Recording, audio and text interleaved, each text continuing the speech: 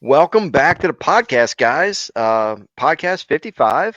Welcome back. And just to let you guys know that Chris is dying over there. I'm half Chris, dead. what is going on with you? Half dead, man. Yeah, I I, can I don't tell. know. I think I didn't take the home test, but I think I had COVID. You sound like crap. I felt like crap for a long time. Saturday, This is Saturday is a week, right? no. This has started last Wednesday. Okay, so today is a week, or Today's yesterday was a week. Yep. Yeah, that's right. Because today we're recording Yeah, on a Thursday. Yeah, yeah, yeah, yeah. I'm 8 days in. I'm drowning. yeah. You sound like poop. Yeah, yeah. So It's everybody in the comments, make fun of Chris's voice here. Um, anyway, a couple little announcements. Today's podcast, we're gonna talk about clover frost eating oh from yeah. A to Z. But the first thing I want to bring up is the Great American Outdoor Show. Hmm. Is coming up. The opening day is February 3rd. Um, Yes. Myself and Chris will both be there walking the. We're not in a booth or nothing, but we're walking the show as we do. And if anybody's going, get a hold of us and we'll meet up with you, talk hunting, food plots, and maybe help you out a little bit because I like to, keep in contact with subscribers as Chris does as well. So Yeah. meet up, we'll shake your hand and do a little Then talking, and then use sanitizer. then use sanitizer. Actually, I don't do it on purpose. Well, I do, but if anybody comes and meets us or whatever, I am not shaking your hand, but I will give you a good old fist bump. So if you go Mhm. to reach out for your hand and I just and give you a little bump, don't Yeah, take offense to it. right. But that show, I've been in the booth there, and that show is cruddy. Cruddy, So cruddy. They're just yeah, getting over the farm show this week. right. That just ended there, hmm Yeah, if and anybody hasn't been, it's in Harrisburg, Pennsylvania. Really big show. Um, I would say it's probably a little bit different than what you're used to, but they got a lot of stuff there. It's cool to walk around and catch up with people and it see is some. cool. It is Yeah. cool to see all the stuff. You'll see new products, products you want to look at and you can actually pick up and hold and handle. hmm Now, I'm afraid though that there's going to be a lot of people that are not going to be there this year. hmm I talked to my buddy that owns a couple companies, and he is not going this year. Yeah. He has some extenuating situations at home with family life that he is not going to, and he usually has two booths. hmm So there's two booths right there that'll be empty. Well, I looked at the exhibitor list. I think me and you, I looked at it like 2 weeks ago, and a lot of booths were empty. Yeah. Which we've talked about in the past. It's kind of a It's a dying. dying trend. Yeah. Plus the booths and stuff are so expensive. Yeah, it's cost a lot of money for those people to show up for 11 days, hotels and Yeah. food. Yeah. It's a lot of money. And then really, how much do they really sell? Mm. People I probably did it. people probably go home and order online. Yeah. It's product dependent. I'm sure some people make a lot of money. Otherwise, they probably wouldn't go really. But um, I don't know. It's a cool show. They got ammo and stuff. But yeah, like I said, if you guys are going or haven't been, make a trip and get a hold of us and we'll meet up with you and Yeah, help you out a little bit or something. we'll fist bump you. Yep, give you a fist bump. Um, Moving into podcast 55. Um, Clover it is. Clover it is. So the reason we're doing it today is I've noticed in analytics that all my YouTube Clover videos are kind of going up. And this past week, I actually got a couple comments on the Clover videos. So people are thinking about it. Yeah, I'm seeing it on Facebook. I'm sure I you got are too. I got a couple guys that are messaging me about their soil samples already. hmm Yeah. So I was helping some guys out yesterday with some soil samples. hmm Um, some new guys, and that's what I like. I like when they're fresh and new. Uh, trying to teach them how to read that soil sample because it's not really easy at first. Yeah. Uh, there's some things you need to know, Get and get to the new people first before they get yeah, before they have bad trends started. yeah, before they I get mean, and that's what we're after. We're trying to educate with our channels, because I've been doing food plots for a long time, not successfully. When I first started out, I had epic failures. You know, Mhm. I mean, every little bit, every year, you learn something new. Yeah. And I started with clover. Mhm. Yeah, each year you learn something new and you tweak one thing, tweak another, you try something different, experiment. Not that any way of that is wrong. It's just you try different little tweaks and try to just do something different each year. Right. So Yeah. let's start out by answering what is frost eating, and then we'll just continue to go down the path. And I'll give my description of frost eating, and Chris will give his description because he likes to use different special words, and he'll say that in a minute here. Yes. But basically, and we're going to talk about the right way to do it, the wrong way to do it, mistakes to avoid, and all this. So please pay attention, guys. There's a lot of information in here. Um, so frost seeding, you are taking clover. It could be chicory, it could be clover, it could be alfalfa, and usually they're in a blend. We like using Domain, Hot Chick, and Comeback Kid. They're really great blends.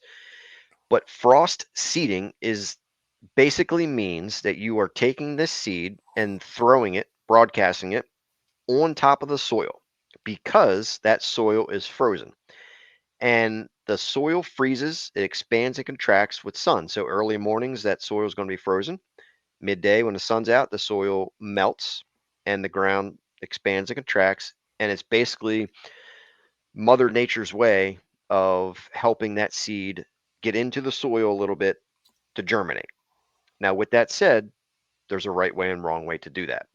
And we'll get into that. So, Chris, what can you add to what is frost seeding? The word heave, Heave. because you love it. I do. So what he's talking about is when he puts that seed out there, when the ground freezes, it heaves up into the air. And if you've ever seen frozen soil and it's all crystallized and jagged looking, Hmm. and you get a seed deposited there, and then the sun comes out and it warms that soil, and those crystals, they start to melt, and it puts moisture in the ground and adds moisture to that seed coating, Hmm. and the ground just, that heaving action, that seed follows any little void that's in the dirt, Hmm. and that will fall in that crevice, and when the heat of the day, that soil will drop and level out, and the ground actually swallows that seed down into the dirt, Hmm. and that essentially plants it for you. Mother Nature's way. How was that? That was good, man. That was I think descriptive. being sick makes you more descriptive. So let's add to that real quick by saying when the right time to do that is, and then like a wrong case scenario. So Yeah.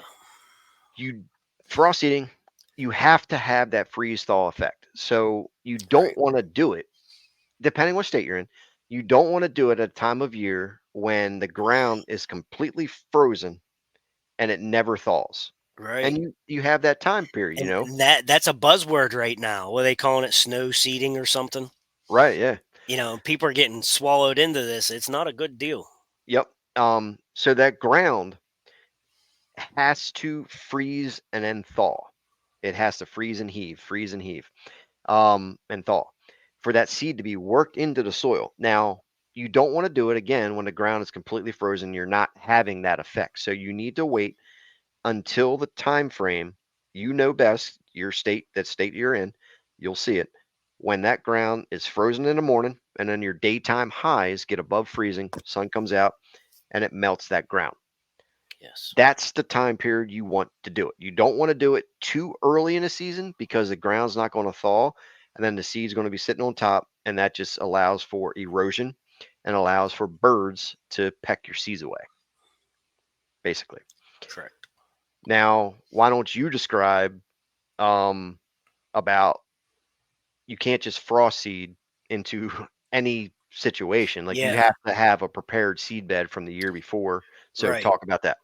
I I like to frost seed either into an existing clover spot already, Hmm. or have a spot that I prepped in the fall, um, that's been depleted of the plot, or that I prepped, by a drag harrow or something, roughed up the ground, eliminated undergrowth of foliage, or here's a big one: leaves.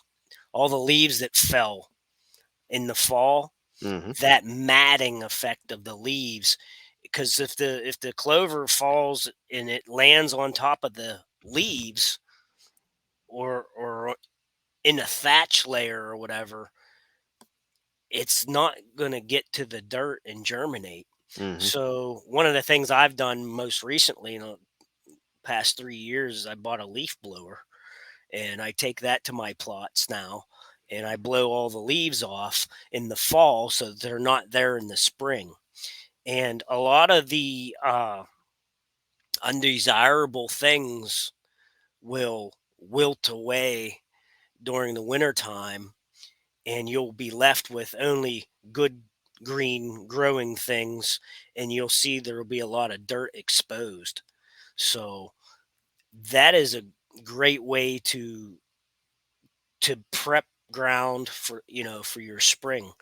Now, I kind of went down a rabbit hole there, but anyhow, you want bare dirt is best. Soil to seed contact is best, obviously. And like Dave said, you don't want it resting or laying on something and not hitting the dirt. So prepping your ground is essential for frost seeding, and the freeze thaw obviously is essential. Hmm. Um, so I forget where I was going with that, but that was a pretty good explanation anyhow.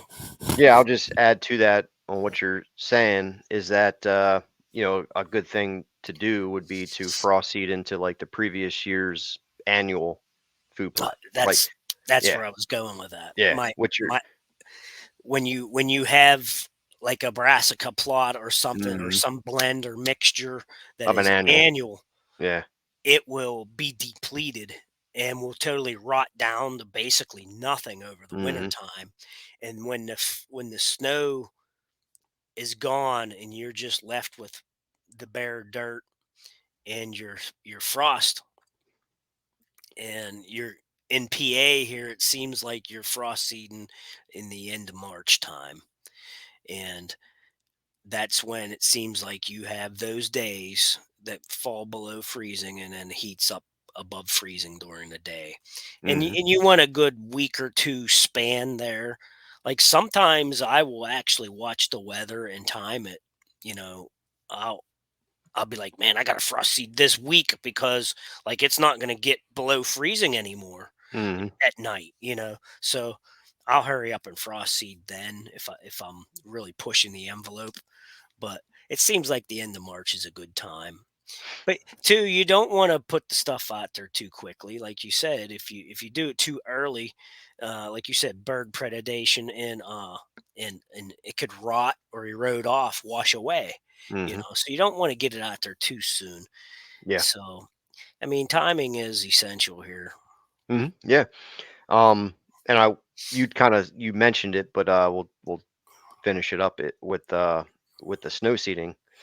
Um, you don't want to frost seed on top of snow.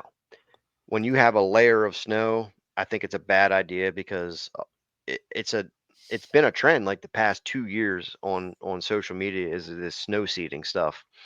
I think it's a bad idea, and the reason for it is you have a layer of snow, you're putting it on top of that snow freezes at nighttime, the next day it thaws, you get runoff, the seeds show in the snow, so birds it's easier for birds to peck away.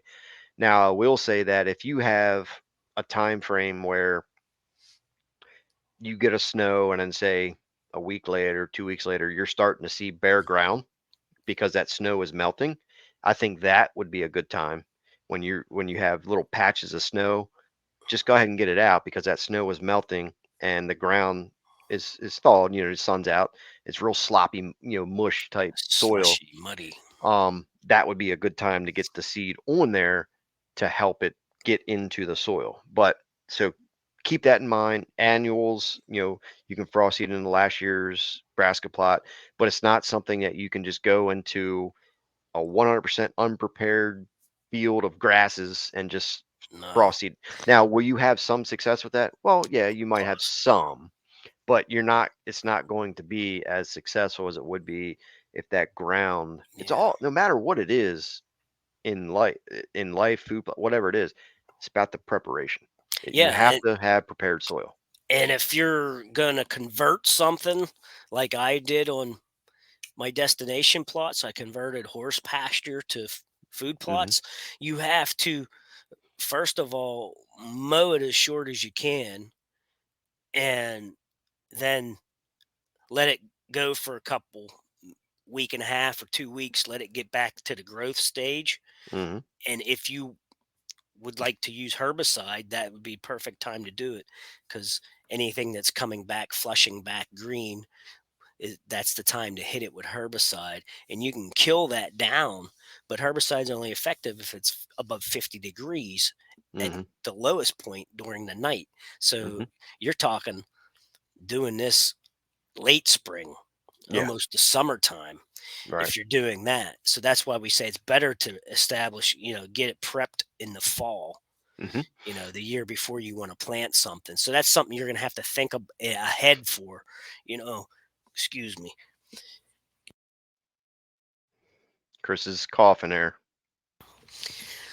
Whew. Better. So yeah, so you need to think ahead for that.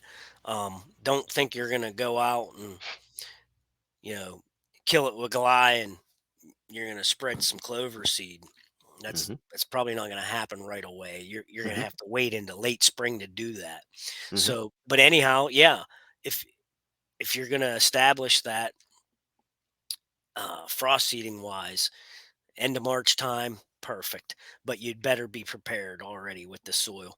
Now, like you said, if you're going into the summertime, you can go ahead if you want to do something in the snow, get your lime on now. Hmm. And we did this a lot on video. We liked when we had a skiff of snow and we would go out with the lime. That way you can see where you've got spread and where you've done it too thinly. You can go back over it. You can do crisscross patterns, whatever. Get the lime on evenly. Hmm. That's a perfect time to get your lime out. Yeah. Hmm. Um, so let's talk about a little bit on areas to plant clover. Excuse me. Woods, full sun, partial sun. Let's touch a little bit on soil samples, and then touch a little bit on the nitrogen question, Yeah, because that pops up a lot too. So, sure. I'll touch base on the nitrogen. So as we all know, nitrogen fixates or clover fixates nitrogen. Well, that is true, but it doesn't do it from a bare seed. So you need a soil sample before you know for optimal results to Sure. plant your clover. And sometimes it may say that you need some nitrogen. Well, people freak out because if you put nitrogen on the ground, it promotes weed growth. Well, and they say, oh well, nitrogen create or clover creates nitrogen. Well, it does, but throwing the seed on the ground, no nitrogen is being produced. So No, all plants, living things, are needs a little bit of nitrogen just to right, help get it going. So that clover does not produce nitrogen until it produces nodules, right, and those nodules grow into the on the roots in the soil. And once that happens, then that clover produces nitrogen. And then what really stimulates that is deer browse. So when deer are browsing on that, or you mow it as a maintenance, it really stimulates those nodules to produce that nitrogen. Yeah. And there's a time frame that it depends on your soil quality, the microbes and things in the soils that helps build those nodules. It takes a while. Takes time. So it's not, oh, I'm producing no, you're not from a bare seed. There's No, a people there's no seed in the no, world that contains nitrogen no, already. right. It has You to know. build into a plant and create these nodules. The same with like soybeans. Every if I plant soybeans, I add a little bit of nitrogen at planting just to help get them going, and then over time they build the nodules and it creates nitrogen. Yep. So keep that in mind, guys. Bare seed does not produce nitrogen. That plant has to physically grow, be maintained, microbes in the soil, everything has to work together, and then you'll get your nitrogen. Well, and there's nothing that I plant without a starter fertilizer anyhow that has some Right. nitrogen in it. Hmm. So that's just good practice Hmm. to get something a boost to get out of the dirt. Yeah. Yeah, it doesn't hurt. So Right. Um, there's certain mixes, different types of clover and stuff. Some can be planted in a shaded area, full sun, um, and all that good stuff. But Yeah. a lot of people will ask, "Can I plant clover in the woods?" Well, you Yeah. can, but you still got to have a decent amount of sunlight. Correct. Filtered sun is okay. And we kind of touched that on the past couple podcasts with getting more sun into your plots, cutting on the south side, getting that sun in there. You did some on your plots as well this year already. Hmm. So um, you gotta, guys, you gotta look at the sunlight issue on these food plots Yeah, and and correct it. there is some clovers that will be better suited for wetter conditions. Hmm. We get that a lot too. People want to know what they can plant in a low-lying area that may hold water or might flood at some point or whatever, And some of them uh, clovers, I don't have a whole lot of experience with, but one of the ones that will take in a wetter condition, like in the woods in filtered light. I've planted some Dutch white clover and I planted some allsike. I think that's how you say it. Allsike. Uh, those were decent in an area with filtered light. Hmm. They grew pretty good for me because Yeah. my woods seems to have a certain dampness to it down there. So that's what I started planting early on years ago until I started every year I cut more and more trees and let more and more light in, you know, because I have a hard time just going down there and whacking the crap out of my woods. Hmm. So every year I get this bug up my butt and I go down there and I cut another 2 or 3 trees down. Every year I sit down there and I think, man, if I just got rid of that one and that one, that would just do me some good, you know. So I'm getting older and it's like, I enjoy the woods and the plots more than I do the trees, you know. Podcast. Early on when I was younger, I was like, man, I don't want to cut all my woods down. But now I'm to the point like who knows? I might only have 10 more years of hunting in me or something. And so that's only 10 more seasons to shoot a deer. When Hmm. you think about it that way, that's only 10 more chances at a buck. So it's like I got to fix the problem now and enjoy it while I can. Podcast 55, like your age. Oh no, not yet. Over Um, 50. Over right. 50 for sure.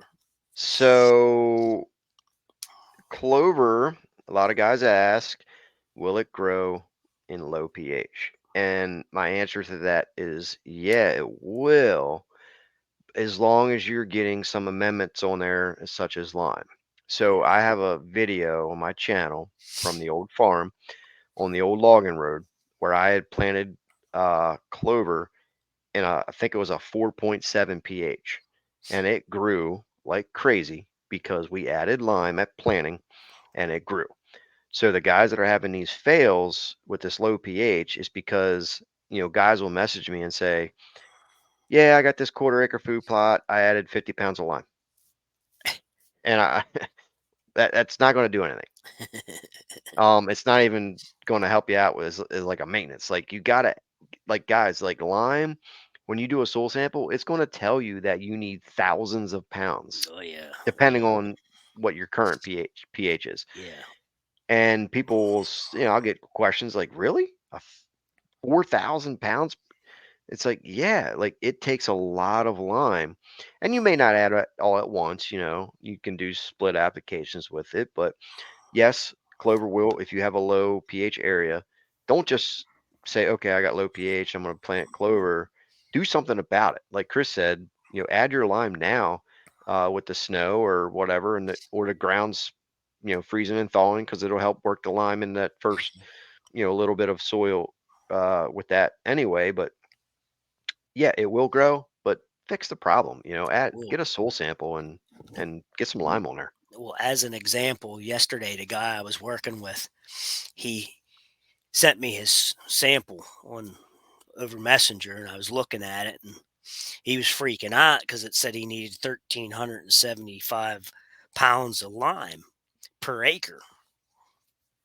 And I said, but David, I said, how big's your plot gonna be? He said, about a quarter acre. I said, okay, well, you don't need 1,375 pounds on that plot. You need to divide that by four and Mm. come up with 900 and I can't remember off the top of my head what it was, 900 pounds approximately, something like that. So, or not 900. What was it? Anyhow, it was 19 bags. Anyhow, whatever that is. And so I told him, I said, yeah, you're going to need about 19 bags of lime then, Uh, Which isn't 900 was the price. I'm sorry. okay. It was 19 bags. And I just threw out a number. I said, at $5 a bag, that's about 900 bucks. I said, so, you know, I said, so you're going to have a pretty decent plot. That, no, that's not even right. What am I saying? You're I'm all, lost. That's 90 I'm all, bucks. yeah, I'm all confused. So I'm like, anyhow, I'm sitting here yeah, counting. I'm like, that's 90 bucks. no, I'm all confused. I need to look it up. But anyhow, yeah, he was just all baffled and he was really concerned. Like this is going to be way too much for me, and I'm like, Hmm. no, no, it's not. I Yeah. said it's really not. Let me Well, pull it up real quick. 19 bags in reality is not that much. I No, mean, how no, many bags at the farm did we freaking spread? I mean, we spread pallets and pallets of yeah, lime. pallets. Okay, here we go. So So his example was, yeah, I told him his pH. He didn't even tell me what his pH was. hmm Oh, there it is. Okay, yes, he did. He told me his pH was around a 5. It's about okay, a quarter acre plot. okay, And I'm sorry. So I was way off. See, it's better that I just pulled this up and tell you now. So it was around a 5. It's a quarter acre plot he's planting. He needed 3,750 pounds per acre. okay, all right, Okay, so I said divide that by four, yep, and it was 937 and a half pounds of hmm lime. yep, So I told him, I said, they're sold in 50-pound bags, and when you divided 937.5 by 50 pounds, that's approximately 19 bags, hmm you know. So yeah, and that's pretty standard when you get a soil sample. I mean, depending, what your pH is and all that. But I mean, for a quarter, and when you get your sample, like guys, that's per acre. yes. It's not going to give you like a recommendation of a quarter acre. It's going to give you per acre, and you have to do the math on your size plot and do the math on it. Yep. So, 19 bags times 5 is less than $100. Yeah, So, yeah, I mean, you're only looking at $100 a lime. He's like, "Oh, okay, I can do that." I'm like, yeah, "Sure you can. It's only a hmm quarter acre." right. When you break it down like that for somebody. Hmm. and then it was a Whitetail Institute sample, so it told him how much nitrogen, NP, and K that he needed, and magnesium. And I said, well, if you go in here to J&J's and get their lime, I said they have high magnesium lime Hmm. already. It's lime mixed with mag. So, he needed like 17 pounds or something. I said, well, you're going to easily get that with the 19 bags that you're going to be putting on, you So, know. side note, real quick, if anybody has a soil sample that's with extremely high magnesium, plant buckwheat. Chris is dying there. I'm sorry, I interrupted. Yeah, Chris was coughing. I Excuse said me. that a side note is that anybody has a soil sample with really, really, really high magnesium levels, Yeah, plant buckwheat. buckwheat. Yeah, buckwheat will absorb some of that magnesium out of that soil and help lower it a little bit I mean, because there's you do get magnesium added into your soil when you plant when you add lime. So, right. but I haven't really seen any real negative effects too much of having high magnesium. I mean, I'm sure No, if it's like massively high, you might have some issues, but yeah. I think there's generally, other. I think there's other things you can do too. I think what is it? yeah, Add gypsum or something like that, or yeah, you yeah, know. yeah. I But just where? know that buckwheat will do that, help you out on that. Yeah, I mean, I'm glad I looked that up because I really confused everybody there probably. But Yep, yeah, that's all right. They'll cut you a break this time. You're sick. yeah, I'm not thinking clearly, obviously, except for my good Mm, descriptions. yeah, you're good. You should have saw the people that are listening. You should have saw Chris's hands describing the soil. When I was the heaving effect of the soil. Yeah. Oh my. All right. So I think that covers that part. So let's touch base on maintenance and herbicides. Mm-hmm. Um. Now, I like using herbicide on clover. yeah, we're not. I'm Anybody not big listening? on herbicides We're otherwise. Yeah, we're not huge on herbicide. I mean, we'll use them when we have to, but it's not like, hey guys, I can't wait. I'm gonna go home and spray herbicide. So, Yeah, um, or make videos and talk about 50 different type of herbicides that we use every day. burning everything to the ground. Right. It's needed sometimes, yeah, of course, but not like you think. But anyway, um clover. Now, clover, depending obviously the size of the plot, how many deer you have, the browse pressure that plot is getting, you may need to do maintenance on it. Meaning that if you're not having a bunch of deer hit it and the plot is really big, that clover is going to grow and it's going to develop seed heads. When that time frame gets there and that develops a seed head, the whites on the clover, that seeds. And when you mow that, nip the tops off, it just creates fresh growth. Now, if you have a lot of deer browsing it, it's the same thing. They're constantly browsing, it's stimulating the clover, it's stimulating the nodules, it's stimulating for it to grow. You may not have to mow it as much. Or if it's just growing like weeds, sometimes you get good soil and a good variety, it just grows and grows. Just take a mower. I mean, I have video on my channel where I jerry rigged a push mower with bigger wheels on it, and I got it up off the ground, and I push mowed an acre of clover. Now I have a piece of junk pull behind Swisher mower that I absolutely hate and want to burn to the ground. But I use that to mow my clover. So keep that in mind. There is a little bit of maintenance with it if you want to produce that fresh growth. Depending when you plant it or whatever, you may be mowing in June. It could be August, July with the rains, but there's a time period where you want to stop mowing, and that's, I would say, Yeah, 35, 40 days, 45 days or something before the season starts. Kind of just let it do its thing. But that's one aspect of maintenance for it. And when do you want to mow, or the reasons? One, like I said, to stimulate growth, but also weed control. If the weeds aren't terrible, you can mow. Excuse me, you can mow, and it'll usually set the weeds back and allow the clover to take off. But there's a special herbicide that we like to use. Chris will talk about it. Um, when the weeds are kind of out of control, and you may need to do this if you have a fresh planting in the spring.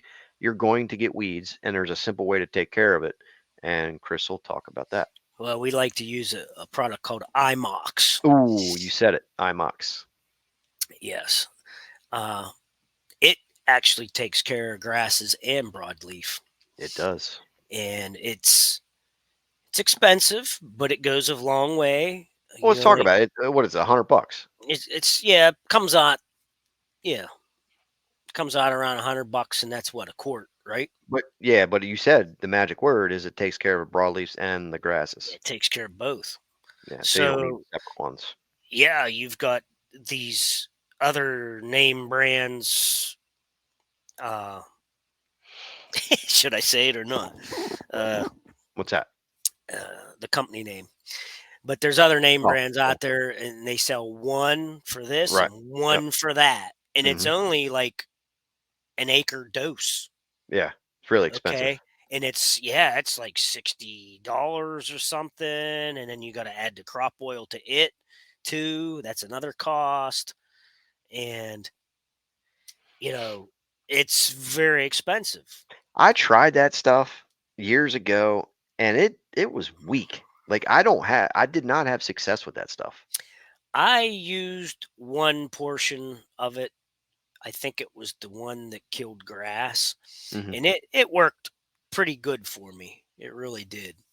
I can't complain. But I had a really small plot. And since I Hmm. had a whole box for an acre, I dosed it up, man. I just give it the whole box because what was I Hmm. gonna do with it? Right. Save it? You know, Yeah. what do you do with old stuff sitting around? So yeah, I just put the whole dose right on like a quarter acre plot, and that burned her up pretty good. Yeah. But it's expensive. Now you get this quart, and you put.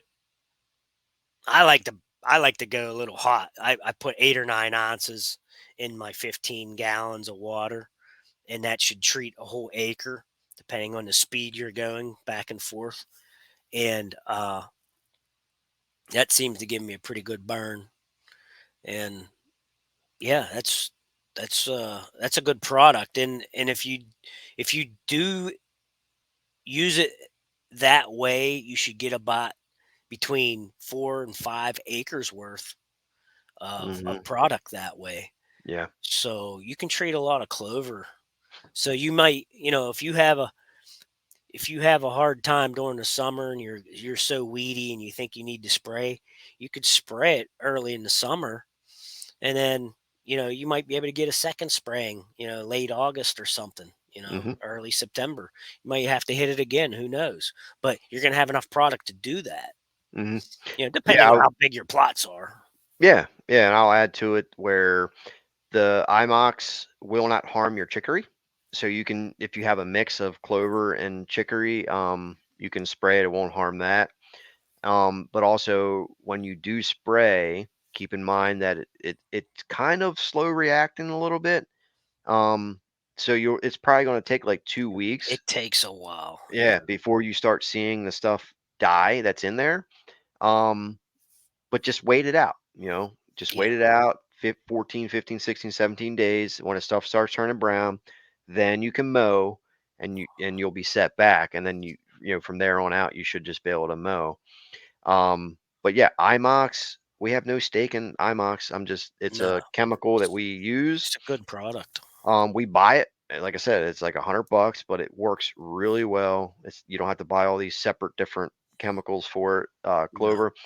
Now, I will say clover is really, really resilient, and I have in the past sprayed clover with glyphosate.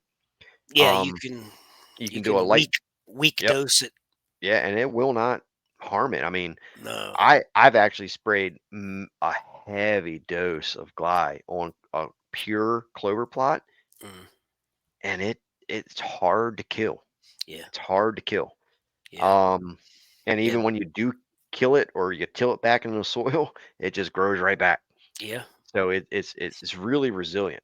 Yeah, I mean, normally if you're trying to burn something down, you might put like 2 quarts of gly in a 15-gallon sprayer or something like that. You could low dose it like 1 quart in 15 gallons, really water it down. You can Mhm. go out there and spray the snot out of it, and it'll probably kill all your grasses and stuff, and Hmm. it might even wilt your clover a little bit, but it'll It might wilt bounce. it. Yeah, It it bounces back, about 8 9 days, it'll be right back where it was. And let me especially if go. you get. Let me drop back for 1 second when we was talking about clipping clover too. When you clip the clover, and if it's all headed out, seeded out, essentially what you're doing too is you're spreading seed. So Hmm. you're gonna thicken up your stand that way too. Yeah. So I just wanted to add that because Hmm. I think that's important to people because they they say, oh, they might be thinking, oh, that looks kind of thin there. I might have to go over and top seed that or something. Give it a little time. Oh, If it's nature's way of reseeding. Yeah, When a plant grows seeds, that's its way of reproducing. And that's what happens with I just clover. think people get too instant gratification type. You know, some of this stuff just takes time. Wait it out. And what are you worried about? What it looks like? Are the deer eating it? Yes, they are. So Hmm. you've already accomplished something. Hmm. You know, I mean, it don't have to look like a postcard on the front of a magazine or something. Hmm. We're not row cropping here. We're not baling clover. Hmm. So yeah, I mean, a couple weeds here and there aren't going to hurt you guys. I mean, my gosh, I think the deer eat as many weeds as they do as in my clover plot. Hmm. Yep. I will touch on that too, and then we'll finish up. Is like you said, weeds. I mean, yeah, deer eat the weeds and stuff, but it's something you have to assess. If your clover plot is taken over by weeds, well, that's not Yeah, good because you want to get your money's worth of the clover. yeah, But like Chris is saying, like couple weeds here and there aren't the end of the world. But no, just assess it. If you're walking through your food plot and you got grasses and broadleaf weeds and stuff coming out, and it's choking, like you got to do something about it because yeah. If it's you're not choking, going to you're not going to get your money's worth of the clover. And then when you go into the fall and winter months, then weeds are going to die, and then you're left with bare space because the weeds are dead and you don't have enough clover. So it's something just to assess. I think people overuse chemicals a lot when you can just kind of simply mow clover. But again, just assess the situation, and if you want to make that jump, to a chemical herbicide treatment, consider IMOX. I recommend it, and when I go to clients and stuff that where I recommend planting clover, I always give that uh, as an option is to uh, either mow or use IMOX. a lot of people ask me what I use. Hmm. And And, I'm like, and you touched on it. You said heavy dose, but I think that like the general recommendation is about 7 to 9 ounces per acre. yep. So whatever amount of water that you use, just add 7 to 9 ounces. And like Chris said, a little bit heavier side. I tend to do that too, like 8 to 9 ounces. Seems to do well. Seven will work, but that general is 7 to 9. Have you ever tried using crop oil in it? Not with IMOX, no. See, I was reading some forums last week, and some people said they were using it. Now, I don't. Obviously it's not going to hurt anything to use it, Mhm. but I some haven't guy, experimented with it. yeah, I didn't either. Some guys think that they thought that they had a better burn that way. It's probably true. I mean, It's something I'd have to experiment with and test. yeah, yeah, But I've had good success with just the IMOX, so yeah. I I just haven't. use it straight. Yeah, Yep. I hate all that stuff. But um, Be careful with it too. yeah, be careful. You don't want to burn your crap to the ground. Yeah, and you don't want it on you, and you don't want the wind blowing and burning down the neighbor's yard with it. Yeah, be careful with it, guys. I mean, Wind drift is legit. yeah. I mean, it's spooky stuff. Like just you don't want to be dumping the stuff and getting it all over your hand. I mean, it's Yeah, a chemical. It kills things for a reason. So just I, be careful with it and I hate when I'm spraying and the wind changes and I get a wet neck ruins my day. or the side of my face or something. I turn around and look. And, Yeah, ugh, I can't wait to get done and get home and get a I don't know. shower. Yeah, It it's bugs, everywhere, but spooks me. yeah, it's just I don't know. I don't like it. But anyway, Better wrap this um, one up. podcast 55 guy. Yeah, before we go down a rabbit hole here. Another But rabbit hole. anyway, thanks for listening, guys, and watching, and really appreciate your view. And Chris. Chris's views and on the Yeah. channel and all that I, good stuff. I hit my milestone last week too. Yep, Chris hit his milestone, 1,000 subs. He gave away a knife, Got away. and yeah. Yep. Yep. And So again, if you guys are going to that Great American Outdoor Show, hit us up. Send Chris a message. Send me a message, email, and yep. we'll We'll meet up get with you. back to you. We'll get back to you, and we'll see you there. Yep. Okay, guys. That's 55. We'll see you on the next All one, and right. hopefully I sound better by then. Yeah. Good All one, right. guys. Good podcast. Later.